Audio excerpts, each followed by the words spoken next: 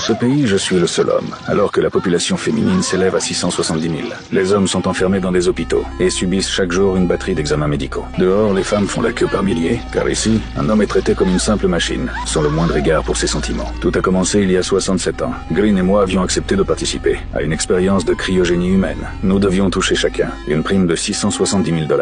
À notre réveil, nous étions allongés dans un laboratoire étrange. Un groupe de femmes en uniforme est entré. J'ai demandé où se trouvait le médecin, mais leur réponse m'a laissé sous le choc. 67 années s'étaient écoulées. Après une guerre dévastatrice, un virus mortel avait éradiqué tous les hommes de la planète. Il ne restait plus que Green et moi, les deux derniers hommes sur Terre. Je refusais de croire à leur histoire. J'ai dit à Green de les retenir, pendant que je cherchais une issue pour m'enfuir. Quand Green a atteint la gare et qu'il est monté dans le train, il s'est aperçu qu'il était encerclé par une foule de femmes. Leur regard était plus qu'inquiétant. Pris de panique, Green a sauté du train en marche et a remonté les rails en courant pour me rejoindre. Nous avons décidé de fuir ce pays ensemble. Nous avons couru à perdre haleine, avant d'être encerclés par des soldats lourdement armés. Mais au lieu de nous arrêter, elles nous ont laissé passer avec un sourire. Terrifiés, nous avons fait demi-tour pour reprendre notre course folle. Pourtant, l'armée n'avait aucune intention de nous poursuivre. Après 67 minutes de course, nous avons aperçu deux hommes attablés en train de manger. Pensant avoir enfin trouvé nos semblables, nous sommes allés nous asseoir à leur côté. Mais l'instant d'après, nous sommes tombés dans un piège. Des hordes de femmes ont surgi de nulle part en fonçant sur nous. Elles semblaient hors de contrôle,